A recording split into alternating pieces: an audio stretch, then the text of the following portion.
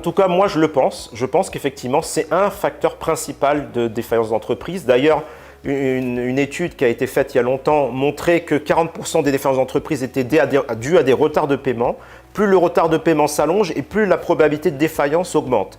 Ça, c'est un fait incontestable. Donc pour moi, la question des délais de paiement, elle est essentielle dans l'explication, en tout cas une des explications des défaillances d'entreprise, notamment celles qui touchent les TPE.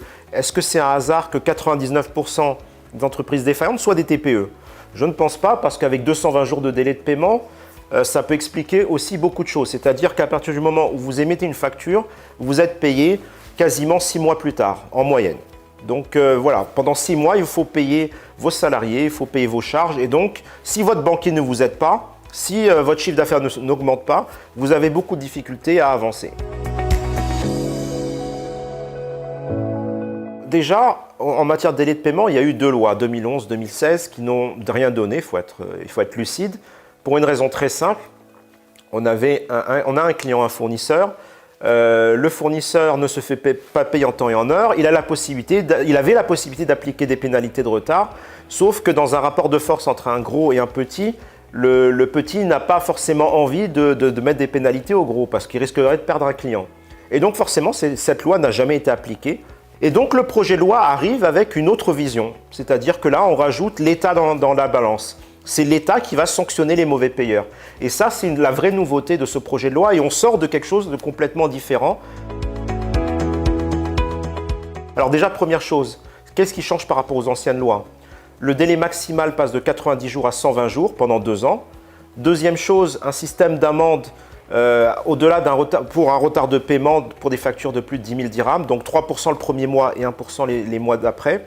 Bon, il n'y a pas eu de plafond, à mon avis, il aurait fallu plafonner ce montant, ce taux en tout cas à 10% parce qu'on peut aller très loin après si ça n'est pas plafonné. Troisième grande nouveauté, c'est l'autodéclaration, c'est-à-dire qu'à la fin de cet exercice, les entreprises de plus de 10 millions de dirhams de chiffre d'affaires vont devoir déclarer les factures impayées, qu'elles n'ont pas payées en temps et en heure, et les factures qu'elles ont payées avec du retard. Donc, et tout ça qui doit être contrôlé, validé par un expert comptable ou un commissaire aux comptes. Donc vous imaginez bien que ça va faire beaucoup de travail pour les entreprises. Déjà qu'elles ont une déclaration à faire à fin mars, on va leur demander de faire une autre déclaration par rapport au retard de paiement et de payer elles-mêmes l'amende directement auprès de la DGI.